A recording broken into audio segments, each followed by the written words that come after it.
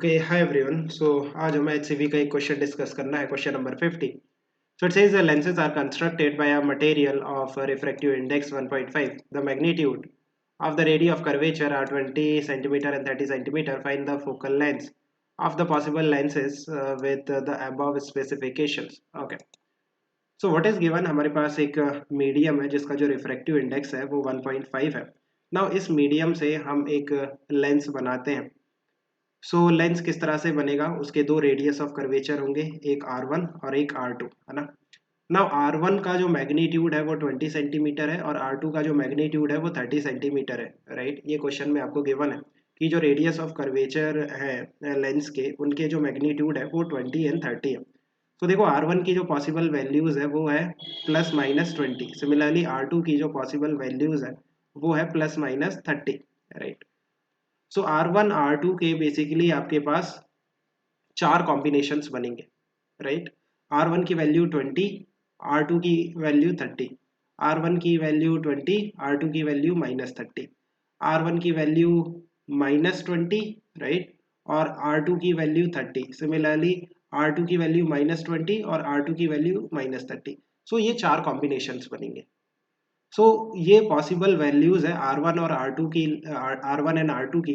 इसके करस्पॉन्डिंग आपको focal length find out करनी है, राइट। सो फोकल लेंथ का जो फॉर्मूला है 1/f in terms of radius of curvature of the lens and mu, है ना। म्यू और रेडियस ऑफ कर्वेचर के टर्म्स में फोकल लेंथ का जो फॉर्मूला है μ-1 इंटू 1/R1 - 1/R2। बस ये फॉर्मूला यूज करना है, आपको वैल्यूज मिल जाएंगी, राइट।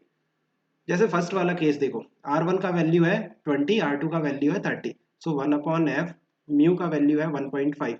सो 1.5 - 1 इंटू 1/20 - 1/30। सो इसको सॉल्व करो। सो ये हो गया 1/2 इंटू 1/20 - 1/30। सो ये हो गया 10 डिवाइडेड बाई 600। So basically 1/60। सो ये कितना आ रहा है 1/120। सो यहाँ से जो f की वैल्यू निकल के आ रही है वो कितनी है 120। सो यू कैन सी कि इस केस में जो f की वैल्यू है वो 120 है। सेकेंड वाले केस में देखो, अच्छा आप देखो कि फोर्थ वाला जो केस होगा, है ना, -20 एंड -30। सो अगर हम इसी में अगर हम ये R1 की वैल्यू -20 पुट करते हैं और R2 की वैल्यू -30 पुट करते हैं, सो बेसिकली एक माइनस बाहर आ जाएगा और सेम इक्वेशन बनेगी, है ना। -20 -30 में से अगर मैं माइनस कॉमन ले लूँ, सो बाकी इक्वेशन तो सेम ही है।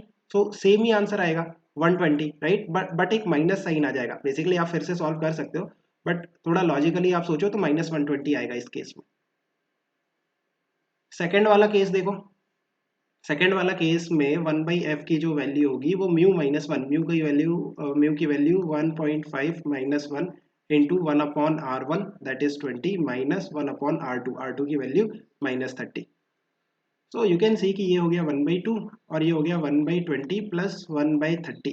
सो इसको सॉल्व करो। सो बेसिकली ये हो गया 50 डिवाइडेड बाई 600 और ये 1/2 है। सो ये कैंसिल हो गया, ये हो गया 12 और ये हो गया 24। सो बेसिकली 1/24, ये 1/f की वैल्यू है। सो f की वैल्यू कितनी आ रही है 24। सो इस केस में f की वैल्यू होगी 24। नाउ ये वाला केस आप खुद से सॉल्व करके देखना, राइट। इस केस में जो आंसर आएगा दैट विल बी -24। सो ये पॉसिबल वैल्यूज है f की। इनके डायग्राम आप ड्रॉ कर सकते हो, ऑफकोर्स ड्रॉ कर सकते हो। देखो जैसे हम कहते हैं कि R1 की वैल्यू है लेट्स से 20 और R2 की वैल्यू है 30, है ना। सो दोनों रेडियस ऑफ कर्वेचर पॉजिटिव है और लेट्स से जो इंसिडेंट रे का डायरेक्शन है वो इस तरह से इंसिडेंट रेज आती है। सो R1 20 बेसिकली इस तरह से होगा और R2 30 इस तरह से होगा, राइट। ये आपका R1 है, इसकी भी जो रेडियस ऑफ कर्वेचर है वो पॉजिटिव है और सिमिलरली ये आपका R1 हो गया और ये आपका R2 हो गया। दोनों की जो रेडियस ऑफ कर्वेचर होनी चाहिए वो पॉजिटिव होनी चाहिए और इंसिडेंट रे का डायरेक्शन हमारा पॉजिटिव होता है और ये बेसिकली आपका पोल है इज इक्वल टू 0।